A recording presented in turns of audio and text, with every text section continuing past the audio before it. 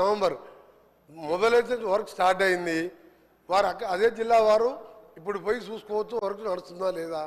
మీరు ఎప్పుడు కూడా వాస్తవాలు ఒప్పుకోవాలి. గట్కేసర్ ఫ్లైఓవర్ 7 ఏళ్ళు అయింది. మీ సంగతి చెప్పాలంటే ఒక రోజంతా పడుతుంది అధ్యక్ష, ఒక రోజంతా పడుతుంది. అన్ని అబద్ధాలే. ఒక్క మంచి పని చేయకుండా రాష్ట్రాన్ని 100 ఏళ్ళ విధ్వంసం సృష్టించి వీళ్ళు ఓ రోజు బేడీలు వేసుకుంటారు. బేడీలు వేస్తారు పోలీసు వాళ్ళు అధ్యక్ష, పోలీసు వాళ్ళు వేస్తారు. రేపే మాపే పోలీసు వాళ్ళు బేడీలు వేస్తారు. వాళ్ళు బేడీలు వేసుకునేది ఆ బేడీలో ఫోటో చూస్తే ఒకరి ఆ బేడీలో ఫోటో చూస్తే అసలు బేడీలు వేసుకునేది ఇద్దరు, వాళ్ళు బేడీలు వేసుకోలేదు. అమాయకులకు బేడీలు బేడీలు వేయడానికి రేపు మాప పోలీసు వాళ్ళు వస్తారు, బేడీలు వేసుకొని తీసుకుపోతారు.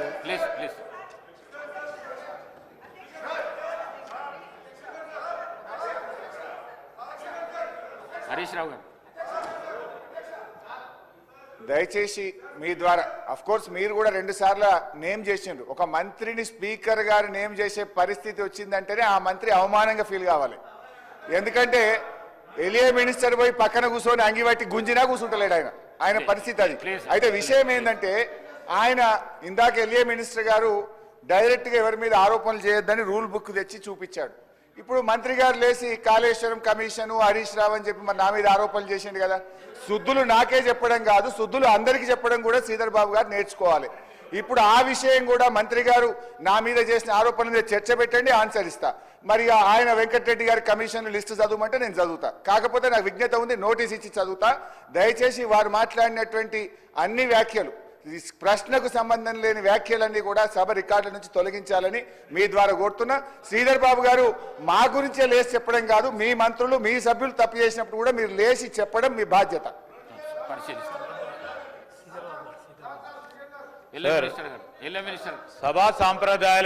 సభా సాంప్రదాయాలకు సంబంధించి రూల్స్ ప్రొసీజర్కి సంబంధించిన అంశం విషయంలో మేము వారికి కూడా తెలియజేస్తామని అధ్యక్ష, ఎవరైనా రూల్స్కి కానీ ప్రొసీజర్స్ కానీ కన్వెన్షన్స్ కానీ విరుద్ధంగా పోతే తప్పకుండా మీరు వారిపైన చర్య తీసుకునే అధికారం ఉంది.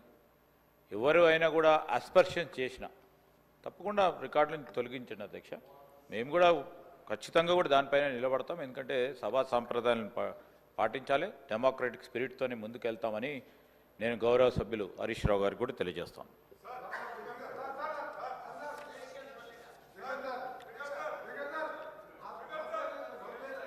సమయం 11 అయ్యింది.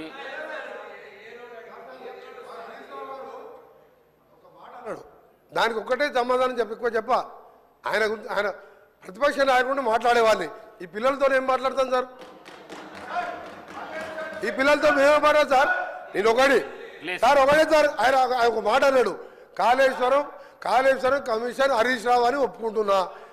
నేను ఎక్కడన్నా కమిషన్ ₹1 తీసుకున్నట్టు నువ్వు బినామీ నారాయణ స్కూల్స్ కొన్నావా, కాళేశ్వరం కొన్నావా, కమిషన్ తిన్నావా ప్రూవ్ చేస్తున్నావు.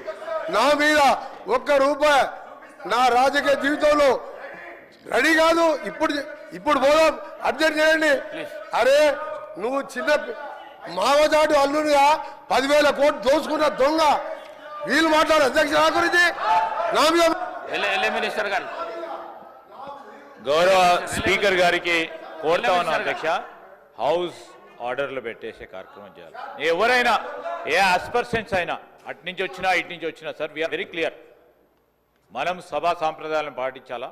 డెఫినెట్లీ ఎవరిపైన ఎవరు ఆరోపణలు చేసినా దానికి సంబంధించి మీరు రూల్స్ ప్రకారం ఏ విధంగా మీరు చర్య తీసుకోవాలనో ఏ విధమైన స్టెప్స్ తీసుకోవాలనో తప్పకుండా చేయండి అధ్యక్ష. We are very clear, we are very open.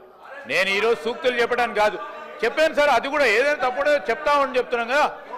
ఈరోజు నేను హరీష్ రావు గారికి కూడా చెప్తా ఉన్నాము, వారు చేసినా మీరు చేసినా ఎవరు చేసినా which is against the principles of legislature should be, ఆ స్టేట్మెంట్స్ కానీ అది కానీ definitely we will definitely sir.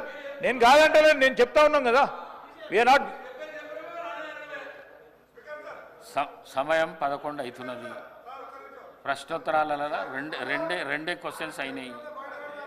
ప్రశ్నకు పరిమితమై ప్రశ్న అడిగితే జవాబుకు పరిమితం అయి చెప్తేనేమో 10 ప్రశ్నలకు సభ్యులకు న్యాయం చేసినట్లు అవుతుంది. ఈ విధంగా అయితే చేయలేము మేము. దయచేసి కోమటిరెడ్డి వెంకటరెడ్డి గారు మాట్లాడిన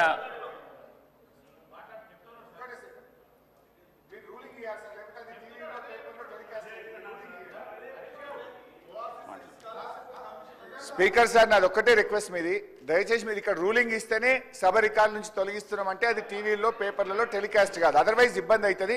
ఇంకొక చిన్న సబ్మిషన్ సార్, మనం నార్మల్గా రోడ్ల మీద డ్రంక్ అండ్ డ్రైవ్ టెస్ట్ చేస్తాము, ఇప్పుడు అసెంబ్లీలో కూడా బయట డ్రంక్ అండ్ డ్రైవ్ టెస్ట్ చేయాల్సిన అవసరం కనబడతా ఉంది. కొంతమంది సభ్యులు పొద్దున్నే బాగా డ్రంక్ చేసి సభలోకి రావడం వల్ల వాళ్ళు ఏం మాట్లాడుతుందో సోయి లేకుండా మాట్లాడే పరిస్థితి వచ్చింది.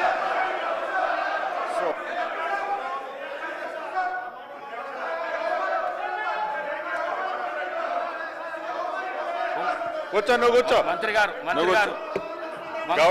పొంగులేటి శ్రీనివాసరెడ్డి గారు నువ్వు కూర్చో అన్న. అధ్యక్ష,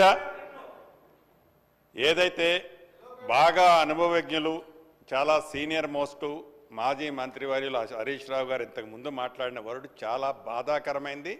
సభకే కాదు సమాజం తలదించుకునే పదం వాడటం జరిగింది. ఇది సభలో అంటే మీరు ఒక పక్క కౌంటర్ చేసుకుంటూ ఏదో ఒక సందర్భంలో మా గౌరవ ముఖ్యమంత్రి గారు ఏదో ఎవరిని కోడ్ చేయకుండా వాళ్ళు ఈ బాటిల్స్ అనే సబ్జెక్టు మాట్లాడిన దానికే మీరు గుంజుకున్న వ్యక్తిగతంగా వ్యక్తులని పాయింట్అవుట్ చేస్తూ అనుభవం ఉన్న మీరు ఏదైతే మీరు మాట్లాడారో ఇది చాలా అభ్యంతరకరమైన పదం. తప్పకుండా ఇది మీరు కాదు, మేము మాట్లాడినా వ్యక్తిగతంగా ఇట్లా తప్పు. ఇక్కడ దీనికి సభా సాక్ష్యంగా మీరు క్షమాపణ చెప్పాలని డిమాండ్ చేస్తున్నాను.